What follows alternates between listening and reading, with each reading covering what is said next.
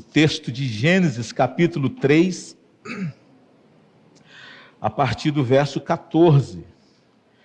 Gênesis 3, a partir do verso 14. Abra aí a sua Bíblia e deixe-a aberta. Nós vamos caminhar aí na conclusão deste capítulo. Gênesis 3, a partir do verso 14, que nos diz assim: Então o Senhor Deus disse à serpente: Por causa do que você fez, você é maldita entre todos os animais domésticos e entre todos os animais selvagens. Você rastejará sobre o seu ventre e comerá pó todos os dias da sua vida. Porém, inimizade entre você e a mulher, entre a sua descendência e o descendente dela. Este lhe ferirá a cabeça e você lhe ferirá o calcanhar. E a mulher, ele disse: aumentarei em muito os seus sofrimentos na gravidez. Com dor, você dará à luz filhos. O seu desejo será para o seu marido e ele a governará. E Adão disse: por ter dado ouvidos à voz da sua mulher e comido da árvore que eu havia ordenado que não comesse, maldita é a terra por sua causa. Em fadigas você obterá dela o sustento durante os dias de sua vida. Ela produzirá também espinhos e ervas daninhas, e você comerá a erva do campo. No suor do seu rosto você comerá o seu pão até que volte à terra, pois dela você foi formado, porque você é pó e ao pó voltará. E o homem deu à sua mulher, deu à sua mulher o nome de Eva, por ser a mãe de todos os seres humanos. O Senhor Deus fez roupas de peles com as quais vestiu Adão e sua mulher. Então o Senhor Deus disse: eis que o homem se tornou como um de nós, conhecedor do bem e do mal. É preciso impedir que estenda a mão, tome também da árvore da vida, coma e viva eternamente. Por isso, o Senhor Deus o lançou fora do jardim do Éden, para cultivar a terra da qual havia sido tomado. E depois de lançar fora o homem, Deus colocou querubins a leste do jardim do Éden, uma espada flamejante que se movia em todas as direções para guardar o caminho da árvore da vida. Vamos orar mais uma vez. Obrigado, Santo Deus, pela alegria que temos de ter a Tua palavra, que por intermédio dela nós somos instruídos, nós somos fortalecidos, somos encorajados e transformados também. Fala aos nossos corações, por graça e misericórdia, que o Espírito Santo do Senhor, que é este mestre por excelência, que veio para nos guiar a toda a verdade, que Ele possa fazê-lo. Transformar as nossas mentes e corações para a honra e glória do Teu santo nome. Oramos no nome de Jesus. Amém e amém. Irmãos, basicamente, nós lidamos com dois tipos de pessoas. Nós temos aqueles que são crédulos demais, que acreditam praticamente em tudo. Qualquer mentira que é dita, a pessoa abraça essas mentiras como se fossem verdades. Atribuímos e damos às vezes mais importância a determinados personagens do que a própria Escritura assim o faz. Por outro lado, nós temos aqueles que já são céticos, são gente que já não acredita muito. E quando nós falamos desse reino espiritual, quando nós falamos dessa dimensão espiritual, nós lidamos com esta polarização. Uns são crédulos demais, por isso que quando a gente olha para determinados movimentos, a gente vê tanta coisa sendo feita, sendo falada, e a gente fica tentando encontrar nas Escrituras um fundamento para isso. Por outro lado, a gente encontra aqueles que acham que essas coisas não são tão reais assim, que o império das trevas não existe, que Satanás não existe, e a gente não dá muita importância. Uns se importam demais, outros se importam de menos, não é? E a Escritura nos convida então a termos aí um ponto de equilíbrio. Esse texto nos fala deste reino espiritual, nos fala desta intromissão do inimigo de nossas almas nesse jardim de Deus, nesse templo de Deus. Esse texto também nos ajuda a entender algumas coisas das quais nós somos tentados a pensar, muitas das vezes, quando, sobretudo, nós somos cercados por determinados acontecimentos que vão se repetindo, que vão se somatizando na nossa vida, e a gente olha então para a história das nossas vidas, e a gente, com o objetivo, a fim de tentar identificar por que para uns dá certo e para mim não, por que para uns parece ser tão mais fácil, ao passo que para mim as coisas se tornam cada vez mais difíceis, qual a razão para isso? E nós então, em busca de explicações, nós damos nome a estas circunstâncias e estas contingências da vida, como se fossem maldições hereditárias. E aí a gente então se condiciona e a gente passa a olhar a vida na perspectiva da tragédia. A gente passa a olhar a vida neste véu de lágrimas, ou através desse véu de angústia, de sofrimento, de dor. A vida passa a ser vista numa perspectiva altamente negativista, na perspectiva da derrota, do trágico, viver é sofrer. E assim por diante. Nós nos condicionamos a essas coisas e nós deixamos de olhar a vida na perspectiva da graça, na perspectiva do Evangelho, na perspectiva da obra da cruz, na perspectiva daquilo que Jesus realizou, que pode trazer cura a um coração aflito e mudar a nossa perspectiva, a nossa visão da vida. Não são poucos aqueles que olham a vida apenas nessa perspectiva. A vida é um jardim das aflições. Deus deve me odiar muito, pastor, porque desde quando eu me entendo por gente é só sofrimento. Nada funciona, nada dá certo, nada vai para frente. Quando eu acho que as coisas estão perto, pronto, vem uma tragédia e assim por diante. Esse texto, então, irmãos, nos convida a olhar a vida numa perspectiva diferente, porque eu e você podemos ser tentados a olhar para esse texto apenas na perspectiva da desgraça, apenas na perspectiva da tragédia, apenas na perspectiva do pecado que entrou no mundo, e aqui então nós temos a resposta a todas as mazelas, a todos os sofrimentos, a todos os percalços, a todas as angústias, a todas as decepções. Nós somos tentados a olhar para esse texto e ver apenas tragédia.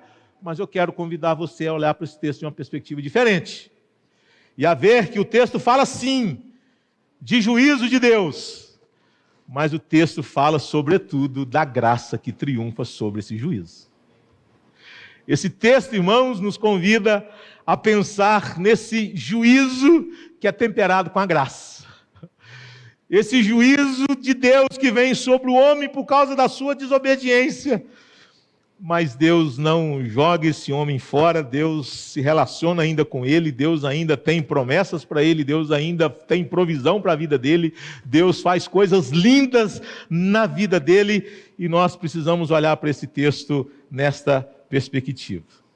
E aqui então, nós precisamos entender que quem está escrevendo, que é Moisés, ele tem uma finalidade pedagógica, ele quer ensinar o povo de Israel.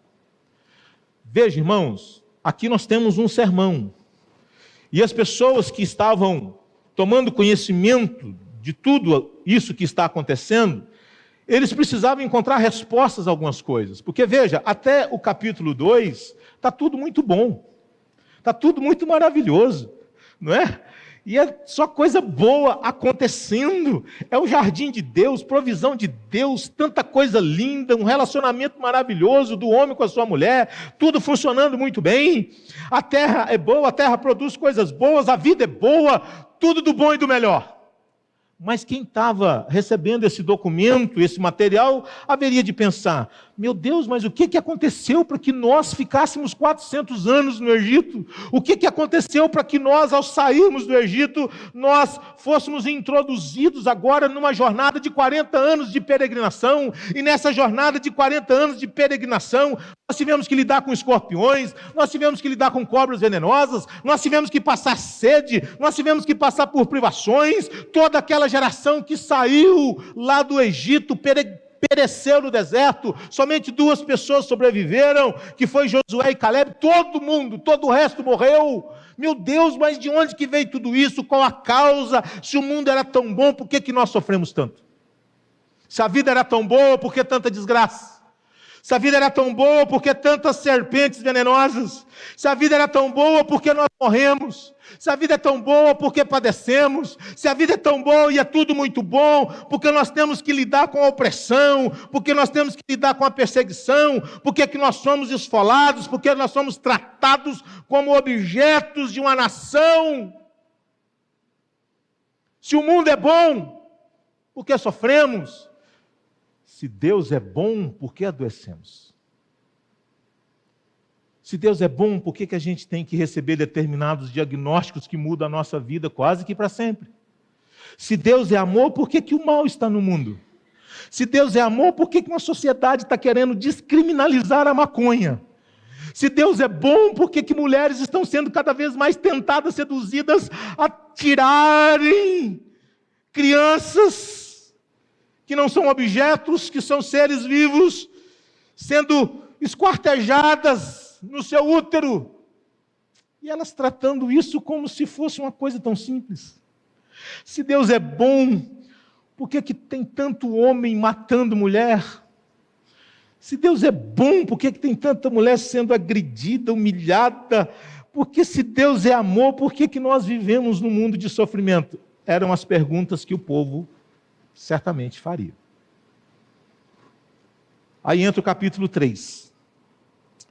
E nesse capítulo, então, nós temos algumas explicações, né? Temos a maldição de Deus. Temos esta situação delicada, difícil, essa terra que outrora tão boa, tão maravilhosa, que produzia tudo do bom e do melhor, ela vai produzir coisas não tão agradáveis, não é?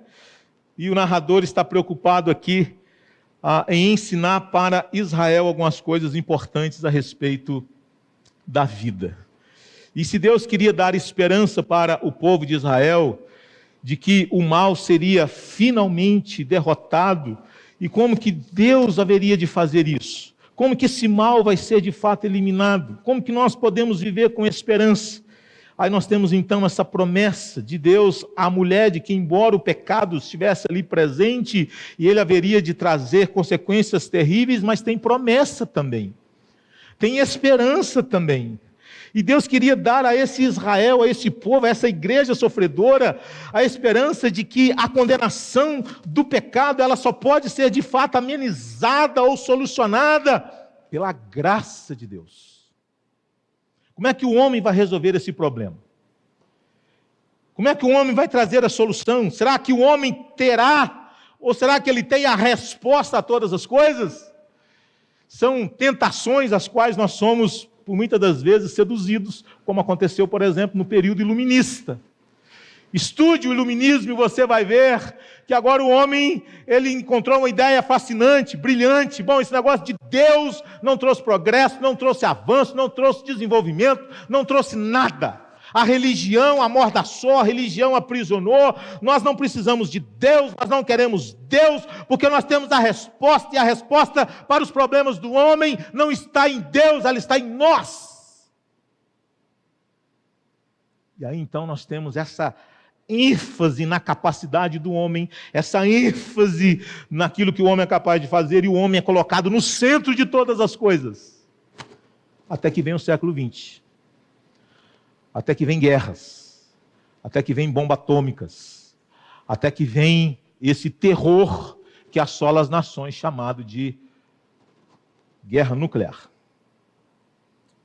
E eu queria então, irmãos, pensar com você ou com vocês a respeito disso, a respeito da graça que triunfa sobre o juízo. Da graça que triunfa sobre o juízo. Pensemos então aqui em algumas coisas. A primeira delas está aí no verso 14 e 15, que nós temos a maldição permanente da serpente, uma inimizade neste reino animal. Maldita és, é a única criação, o único animal criado por Deus debaixo de uma maldição, é a serpente. Não é? E o texto vai dizer sobre isso. Então, o Senhor Deus disse à serpente que não é um animal racional, mas ele não foi excluído desta maldição, ele foi um instrumento maligno, e Deus se vira para este animal dizendo: por causa do que você fez, Deus o responsabiliza. Olha para você ver que coisa interessante. Se Deus é capaz de responsabilizar um animal irracional, o que ele não é capaz então de exigir do homem criado à sua imagem e semelhança? Por isso que na ética do reino de Deus, nós temos responsabilidades, nós temos obrigações. A verdade existe. Ela precisa ser perseguida, ela precisa ser buscada. Existem padrões morais que devem reger uma nação. Nós não podemos dar ao homem o direito dele fazer o que ele bem entender, irmãos. Não podemos. Tem que ter leis que regulamentam as coisas, porque se o homem for entregue ao seu bel prazer, nós somos capazes de cometer as piores barbáries do mundo. Por isso que tem que ter regulamentações, por isso que tem que ter leis para colocar limites. Por isso que o homem não pode tudo, por isso que nós não podemos fazer todas as coisas, tem que ter limites. A sociedade precisa de limites. A sociedade não pode viver sem leis, sem responsabilidades, sem fronteiras, sem parâmetros. Não pode de jeito nenhum. Deus então se vira para esse animal, Deus então responsabiliza: maldita és. E a primeira vez que lemos na Bíblia uma maldição de Deus, e ela se dá nesse reino animal, sendo a serpente esse único animal que vai ser amaldiçoado. E é interessante que por 3 vezes em Gênesis 1, nós temos a informação de Deus abençoando. Mas a partir do capítulo 3 e no capítulo 4, nós temos agora essas declarações de Deus amaldiçoando. A serpente vai ser amaldiçoada, a terra vai ser amaldiçoada, e o assassinato de Caim a Abel também vai ser visto como uma maldição. E a ideia, irmãos, de Deus amaldiçoar é de Deus colocar aqui debaixo de uma condição em que Ele remove a bênção de sobre essas coisas. A serpente, ou sobre ela, será removida a bênção de Deus. Ela vai ter uma inimizade contínua com os animais. É interessante isso. Maldita é entre todos os animais. E você não encontra cobra andando na rua, não. Você vai numa savana, por exemplo, onde é que você vê as cobras? Sempre na tocaia. Ou ela tem medo de tudo e de todos, e todos têm medo dela. Ela não anda livremente entre o reino animal. Já percebeu isso? Ela não anda. Qualquer animal, quando vê uma serpente, ele quase que perigo à vista. Isso não é assim do acaso. É um animal, no reino animal, detestável pelos animais. Não é? Tem alguns que acham bonitinho, que até quer criar esse negócio em casa. Deus me livre num trem desse. Serpente, para mim, não tem simbologia boa, não quer saber disso, não. Peçonhento, coisas desse tipo, inimizade com os animais. A serpente não seria inimiga apenas da mulher, mas seria inimiga dos próprios animais. Ela rastejaria sobre o seu próprio ventre. E aqui parece que a condição desse animal parece ser alterada. Talvez pode ter gente que vai defender que houve um tempo em que as serpentes tinham pernas, mas, enfim, o texto não nos informa claramente, não é? Mas parece que a sua condição de vida ela é alterada. O texto diz que ela vai comer pó todos os dias, ou seja, ela vai viver debaixo de uma condição de humilhação. Rastejar, irmãos, é sinal de humilhação, é sinal indicativo de derrota. Deus então amaldiçoa este animal, Deus então o coloca debaixo desta condição de humilhação, de inimizade com todos o restante dos animais. Não tem amizade, não tem diálogo com a serpente. Não tem. Os animais sabem disso. Se aproxima não, porque vai dar ruim. Ela enrola em você, ela pode quebrar todos os seus ossos, ela pode devorar você vivo. Então, esta maldição permanente da serpente, que não vai ser provisório, é uma maldição contínua, permanente, todos os dias, todo o tempo. Segunda coisa que o texto nos diz, irmãos, está aí no verso 15, a inimizade no reino espiritual. Aqui há uma distinção dos descendentes da mulher e dos descendentes da serpente. O texto não é claro em dizer, mas Satanás está presente aqui. Os descendentes da serpente tipificam, estão simbolizados aqui nesta serpente, mas são descendentes espirituais do maligno, do diabo, do Satanás. E você precisa olhar para Gênesis e entender que existe aqui ligações, e ligações essas que não estão aqui associados a elementos e a eventos isolados, não, o texto vai falar de gerações, ele vai falar de famílias, ele vai falar de pessoas com os quais Deus vai estabelecer uma aliança, e essa aliança, ela tem uma linha, ela é linear, ela tem um cordão umbilical, ela tem uma espinha dorsal, ela tem uma genealogia. Então o texto, ele vai falar a respeito disso. Então veja você que o verso 15 diz assim: porém inimizade entre você e a mulher, entre a sua descendência, veja, entre a sua descendência, descendência de quem? De cobrinhas? Não. Aqui é uma linguagem espiritual. Aqui nós temos esse anjo do mal. Aqui nós temos Satanás. A serpente vai ser, ao longo da revelação progressiva de Deus, ela vai ser tipificada como Satanás. A serpente é o diabo. A revelação, ela vai falar a respeito disso, não é? Então, aqui nós temos esta descendência maligna, nós temos essa descendência do mal, e nós temos o descendente da mulher. E é interessante, então, que a Escritura vai aqui mostrar essa distinção, essa inimizade nesse reino espiritual, ou seja, a distinção dos descendentes da mulher, dos descendentes da serpente. Então, quando você olha para Gênesis, você precisa estabelecer algumas pontes. Nasceu Caim e nasceu Abel. Quem era o piedoso? O Caim? É o Abel. Mas o Abel morreu. Ficou Caim.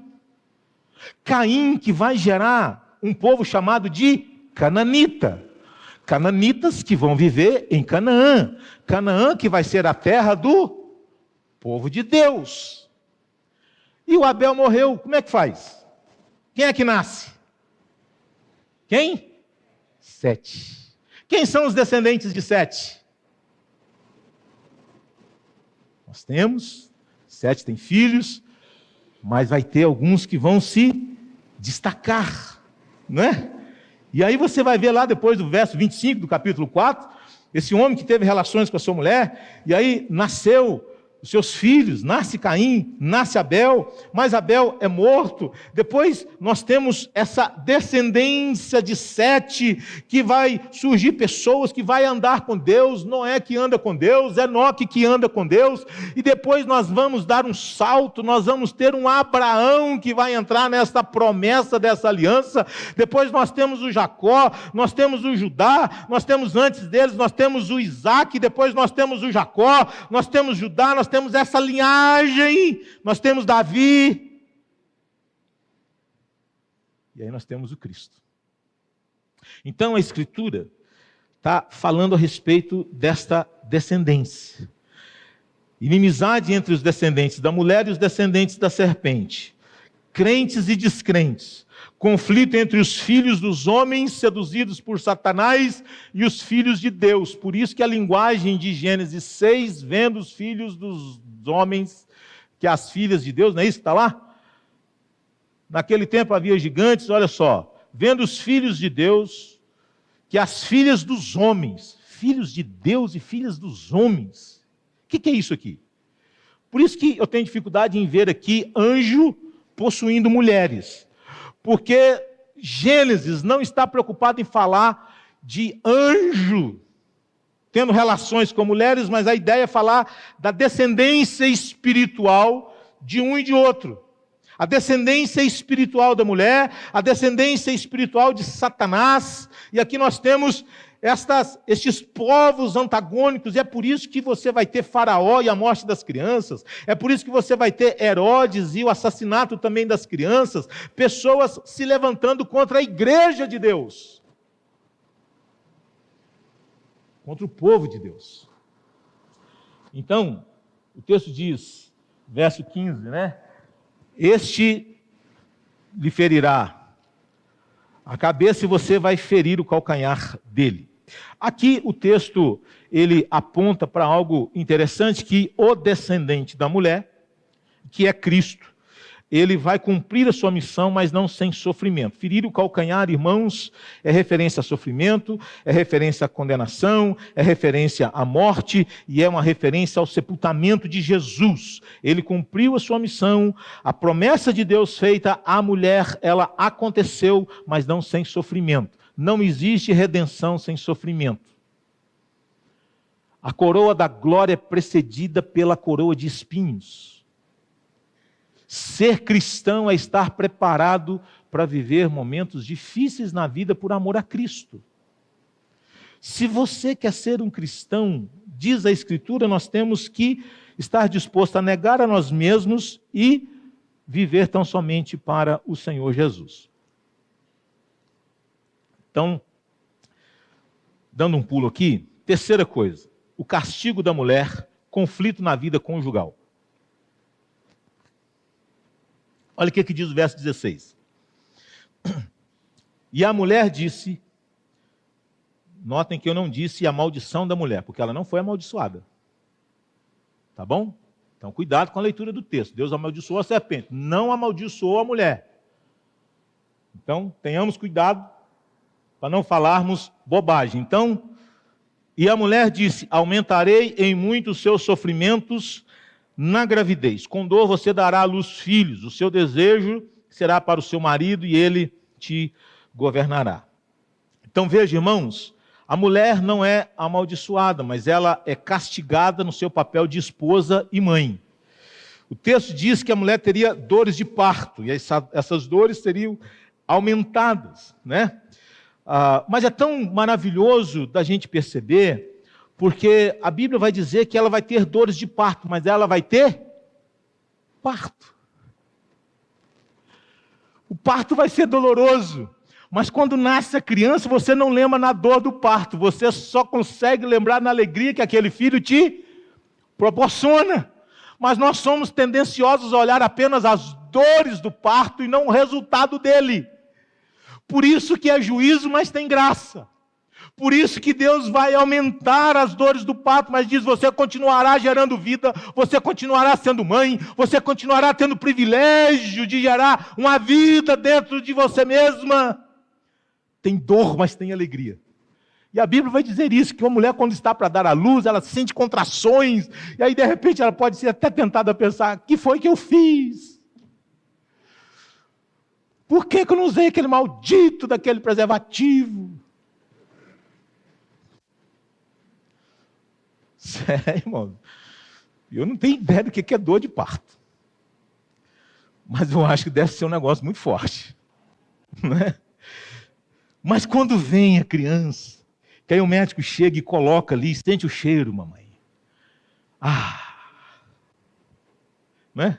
É uma alegria. Mas então veja, irmãos, ela teria a alegria de ser geradora da vida. Por que a gente é tentado a pensar na dor do parto e não é seduzido, encantado pela alegria da maternidade?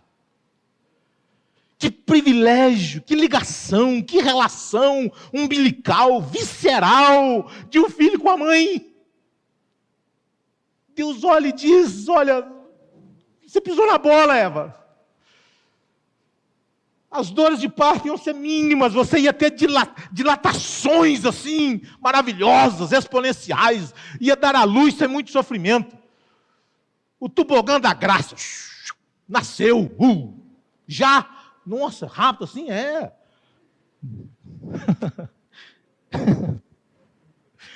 Não tem trabalho de parto, tem alegria do parto. Né? Alegria do parto.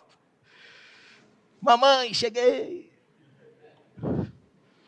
Não preciso pegar. mexe, nada disso. Eva, vai ter uma dorzinha, mas vou ter que aumentar, viu? Mas você vai continuar sendo mãe. Se encante, Eva, você é geradora de vida. Mas aí o texto continua dizendo, né, irmãos? Tem dor de parto, tem filhos, a geração de seres humanos vai continuar, não é ponto final, a história continua, tem pecado, mas a história continua, tem promessa de redenção, tem evangelho da graça de Deus aqui nesse verso 15, essa promessa desse filho que vai vir trazendo essa vitória final sobre o nosso inimigo. O texto continua dizendo que Eva sofreria, mas também teria o privilégio e alegria de ser mãe. Todavia será preservada através da missão de mãe. Irmãos, isso é forte.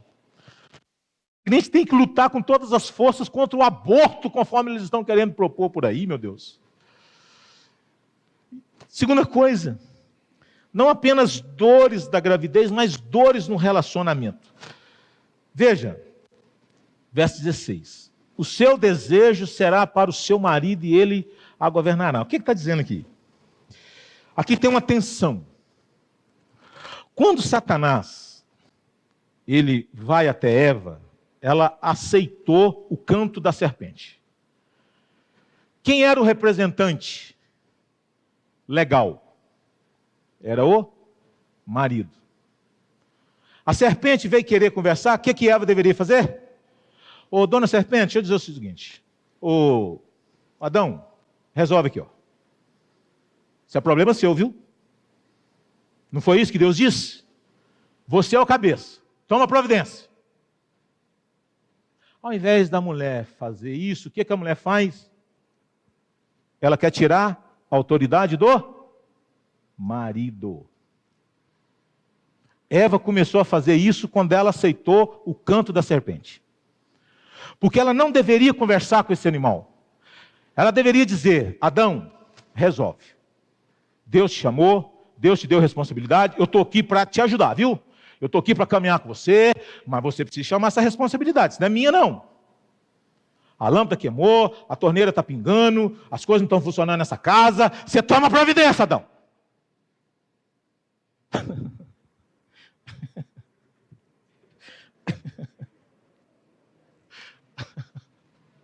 Você dá um jeito.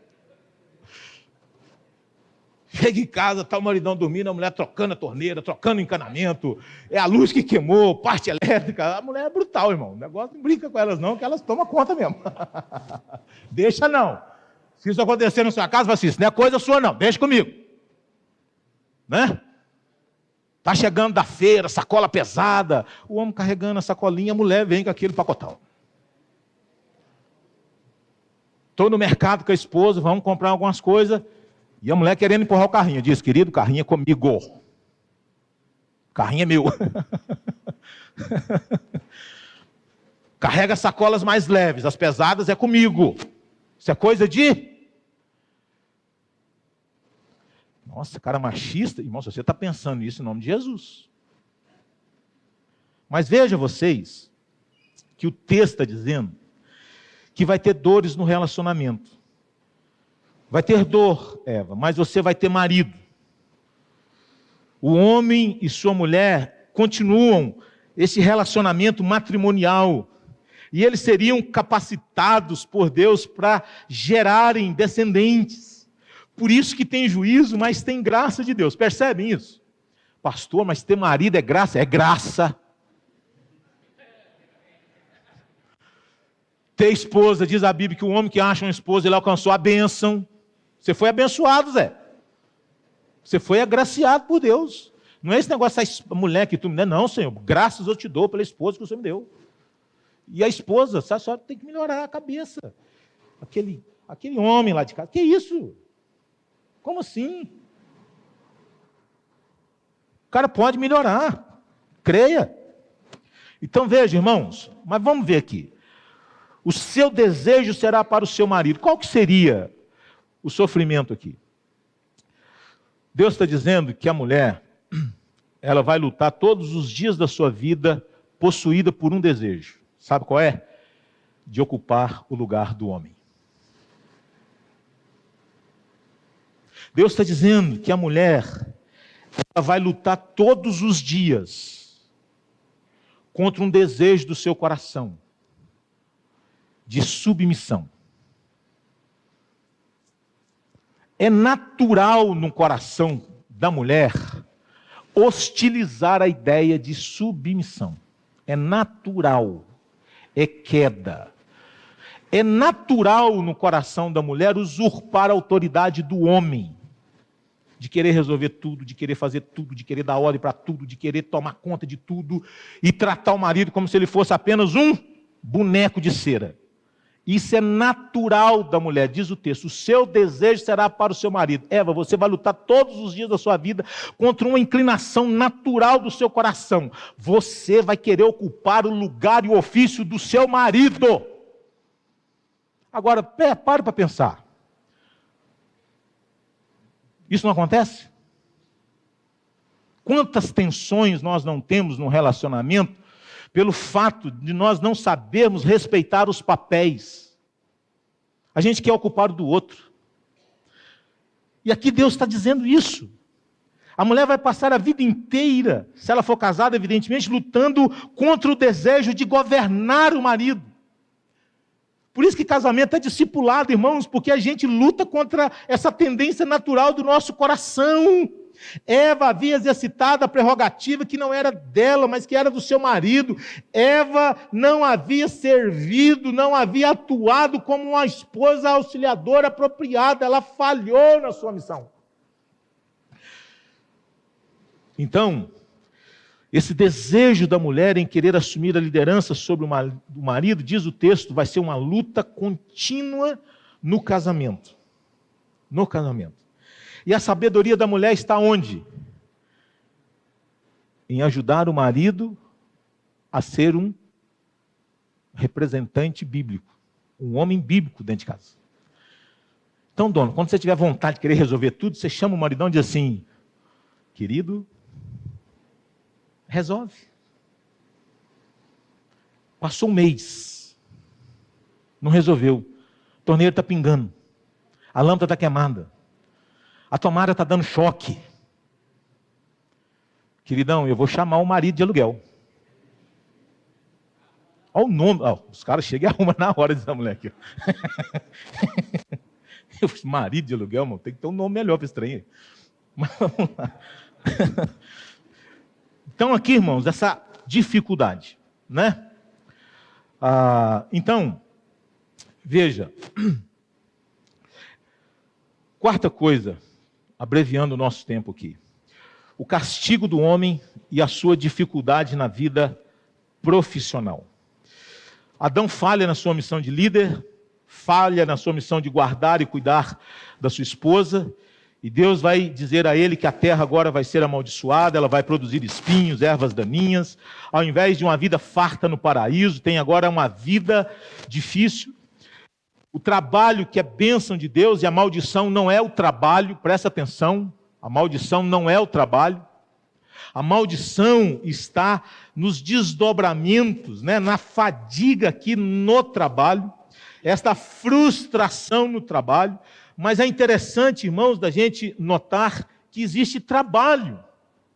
Trabalho é bênção de Deus. Quanta coisa boa o trabalho não é capaz de nos proporcionar. Quanta coisa boa a gente adquire através do trabalho. Então veja, tem juízo de Deus, mas tem graça. Lamentavelmente nós lidamos com as dificuldades nessa relação trabalhista, que nem sempre acontece a contento. Quem ganha acha que está sempre ganhando menos, e quem paga acha que está pagando demais. É um negócio complicado, não é? Nunca está bom. A cesta básica nunca atende o suficiente, o plano de saúde nunca é o... né? Você percebe que a gente está sempre descontente com essas questões de trabalho? É difícil ter um trabalho que agrada, né? É difícil ter um trabalho que satisfaz. Então, a terra vai produzir espinhos, ervas daninhas, todo tipo de coisa ruim, sem contar, Adão, que você vai voltar para o pó. Eu tenho uma notícia ruim para te dar, Adão. Você queria ser Deus, você queria ter vida eterna, mas você vai ser humilhado. A cobra não vai rastejar sobre o pó da terra. ela não vai morder o pó da terra, que é sinônimo de humilhação. Quando Deus diz para Adão que ele vai voltar para o pó, ele está dizendo: você quis a exaltação, mas você vai ser humilhado. Você vai ser humilhado, Adão, você vai voltar para o pó. A sua vida vai ser finita, você vai morrer. A terra não vai produzir apenas ervas daninhas, a terra vai absorver você, Adão. Quinta coisa, para terminar, a promessa de redenção, quando a graça triunfa sobre o juízo. Isso começa no verso de número 15, essa promessa que alguns chamaram aqui do proto-evangelho, desse primeiro evangelho, esse evangelho embrionário, dessa promessa do descendente da mulher, que haveria de esmagar a cabeça da serpente. Mas é muito lindo, irmãos, o que acontece aqui no verso de número 20. Vejam vocês que o homem deu à sua mulher o nome de Eva. É muito belo isso, e ele diz por que ele coloca esse nome, né? Por ser ela a mãe de todos os seres humanos. Veja, o homem continua aqui cumprindo o seu mandato divino. Lembra que lá no capítulo 1 e 2, quando ele chamava os animais e dava nome aos animais, o que isso significava? O seu mandato. Deus deu a ele autoridade. Ele continua debaixo desse mandato. Ele pega a sua esposa e ele agora lhe dá o segundo nome a ela, Eva. Vida. Olha que coisa linda. E aqui tem comentarista que diz que Adão, ele creu na promessa de Deus do verso 15. Ele exercitou fé. Deus prometeu que ela continuaria a gerar filhos. Ele diz, não é o fim. Ele creu nessa palavra de Deus, ele creu nessa revelação de Deus, e ele dá à sua mulher esse nome de Eva, ou seja, um nome que seria uma lembrança constante de que o retorno ao pó não seria a questão ou estado final para a humanidade. Adão ouviu e acreditou que a maldição da morte seria desfeita pela geração de vida por meio dessa mulher. Por isso que há aqui essa conexão com o papel de Eva como mãe, que sugere que Adão ouviu e ele creu na palavra de Deus. Ele creu na palavra, mas não apenas Adão. Leia aí capítulo 4, verso 1. Não foi Adão que exercitou fé na palavra de Deus. O seu descendente vai pisar a cabeça dessa serpente, mas Eva também. Lá no verso 1, quando ela concebe, dá à luz, ela diz assim: Adão teve relações com Eva, sua mulher. Ela ficou grávida e deu à luz a Caim. Então ela disse: adquiri um varão com o auxílio de quem? Do Senhor. Isso é declaração de fé, irmãos. Eva creu. Deus prometeu, ela confiou. Isso é graça. Isso é bondade de Deus, misericórdia de Deus. Temos aqui também a provisão para a nudez humana, verso 21. O texto não diz que Deus matou um animal, mas parece que está implícito que alguém teve que morrer para que aquelas folhas de figueira pudessem ser retiradas e uma vestimenta adequada pudesse ser colocada no homem, num sinal de propiciação, de cobertura. Alguém morre para que a culpa pudesse ser coberta.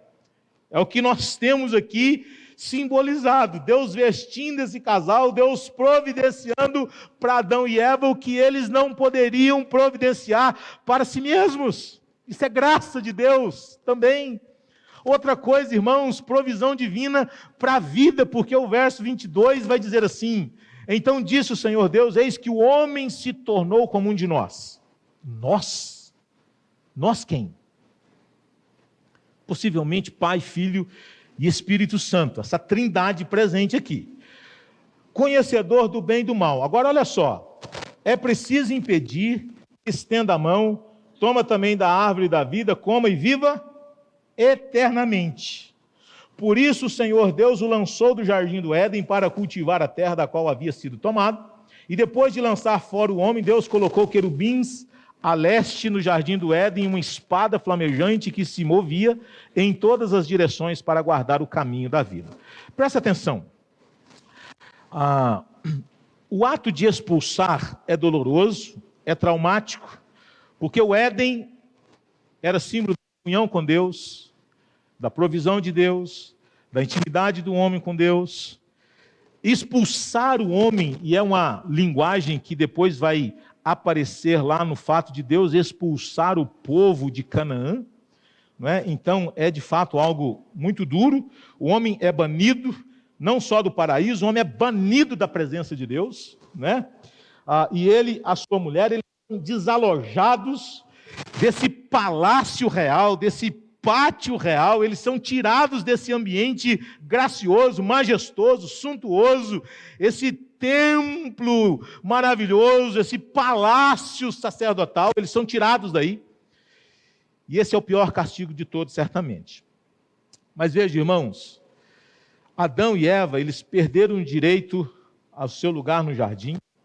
O pecado separa de Deus, separa o homem desta comunhão com Deus, e esta comunhão, ela é substituída pela alienação.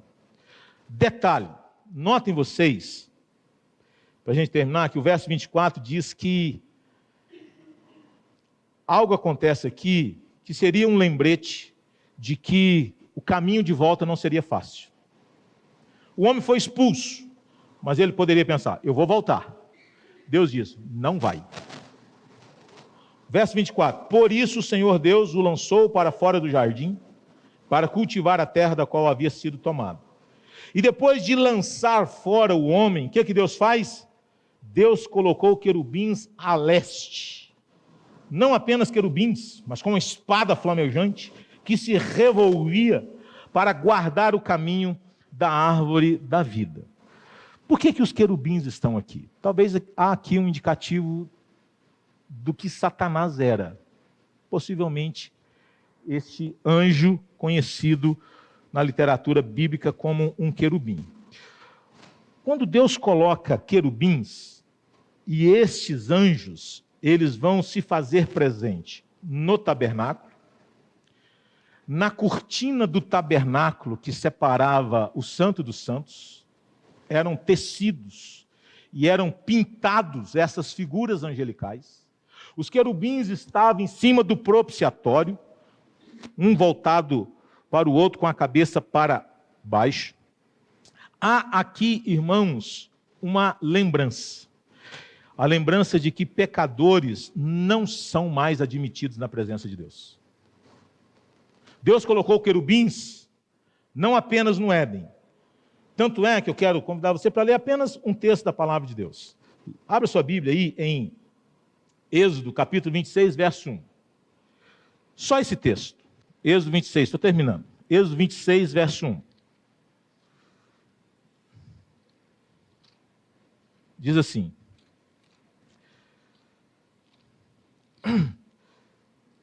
Tem o texto de Êxodo 26, verso 1, verso 31. Tem 2 Crônicas 3, 14. E depois você pode ler Mateus 27, verso 51. 26:1 diz assim: faça o tabernáculo, que terá 10 cortinas de linho retorcido, pano azul, púrpura e carmesim.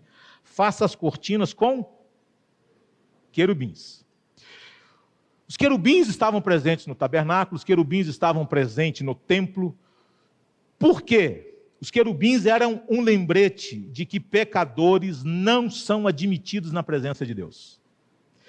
E todas essas afirmações aqui do verso 24, o anjo, a espada flamejante, todas essas coisas, tem como objetivo mostrar que esse caminho de volta era impossível dele acontecer.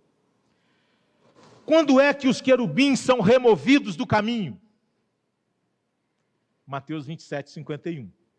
Você pode ler depois, eu vou apenas mencionar que diz que quando Jesus morreu, o véu do santuário rasgou de alto a baixo. Os querubins foram removidos. O homem agora tem acesso à presença do Deus Santo. Aquele lembrete dizendo, pecadores não podem entrar à minha presença, é removido com o sacrifício do Cordeiro. Termino, irmãos, dizendo o seguinte, que Jesus, ele é a semente da mulher, Jesus é o outro Adão. O primeiro Adão morreu por causa da sua desobediência, o segundo Adão morreu por causa da sua obediência. Ele morreu pelos nossos pecados. Gênesis vai rastrear a semente da mulher, vai falar de Abel, vai falar de Sete, vai falar de Noé, vai falar de Abraão, vai falar de Isaac, vai falar de Jacó, vai falar de Judá, vai falar de Davi, vai falar de Jesus. É por isso que genealogia é importante, não é? Não descarte as genealogias. Por isso que Mateus, Lucas têm como objetivo falar de onde veio o Cristo. Ele é o segundo Adão, nós precisamos dele. Ele veio para fazer aquilo que o primeiro não fez. Segunda coisa que eu destaco aqui, irmãos, é que marido e mulher têm conflitos no casamento, porque ambos não aprenderam a ser servos de Cristo. Marido e mulher têm conflitos no casamento porque ambos não aprenderam a ser servos de Cristo. Enquanto não entendermos que estamos debaixo do senhorio de Cristo, brigaremos por ser senhores sobre o outro. Terceira coisa, a mulher recebeu o nome de Eva porque ela é geradora da vida. O que é formado no útero da mulher não é um objeto qualquer, é uma pessoa, é uma vida, é um ser vivo, é um ser humano. Não se torna humano a partir do ato de dar à luz, conforme algumas feministas têm dito por aí. Enquanto está no útero é qualquer coisa, não é gente. Não é gente. Tente ver uma criança no ventre, quando há uma tentativa dela ser retirada de lá, porque depois de um período você só consegue tirar os pedaços, sabia disso? Então você tem que introduzir uma tesoura, quando não é introduzida uma seringa que vai no coração da criança e causa a paralisação do coração. Ela é assassinada no ventre. Mas quando é introduzida uma tesoura, tem vídeos no YouTube que vai mostrar como que o feto ele tenta se desviar, enquanto os seus pedaços, os membros do seu corpo são cortados. Irmãos, isso é esquartejamento. Como é que um crente concebe uma coisa como essa? Não pode. Outra coisa. Esta passagem, irmãos, também nos ensina que até mesmo um filho de Deus, presta atenção, que vive em comunhão com ele, no templo dele, pode sim ser um instrumento do diabo. Presta atenção, o que eu estou dizendo aqui é sério. Eu e você podemos ser instrumentos do diabo. Pastor, o senhor está falando de possessão? Estou não. Qualquer conselho que é dado contrário à Escritura é satânico, é maligno, procede do diabo. Quando Pedro, diante do que Jesus havia dito, que ele ia para a cruz, e Pedro disse, o senhor não vai não. Jesus falou o que para ele? Arreda Pedro? Não, arreda Satanás. Então cuidado com os conselhos que você dá. Cuidado com a maneira com que você usa a tua língua. Tu pode ser instrumento do maligno na vida dos outros. Nós podemos sim, se não vigiarmos, se não tomarmos cuidado, nós podemos dar lugar ao diabo. Não significa ser possuído. Isso aí é coisa até pequena, irmão. Por isso, não devemos dar lugar ao diabo. Termino dizendo que Satanás não é dono de nada. Satanás não tem procuração de Deus. Satanás é um reino parasita no reino de Deus. E o reino parasita, você sabe qual que é? Ele não tem vida própria. O parasita, ele precisa do hospedeiro.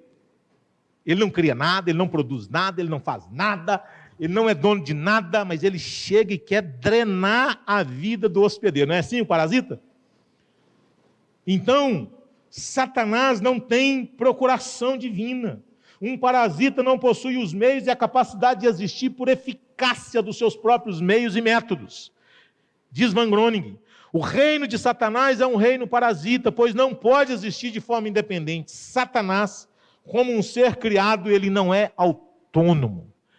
Então, só para deixar claro que a gente tem que parar com essa ideia de se preocupar com o diabo e nos preocupar menos com Cristo, que venceu o diabo e venceu na cruz. Por isso a armadura de Deus, que nós tínhamos colocado aqui na liturgia, mas não deu para ler.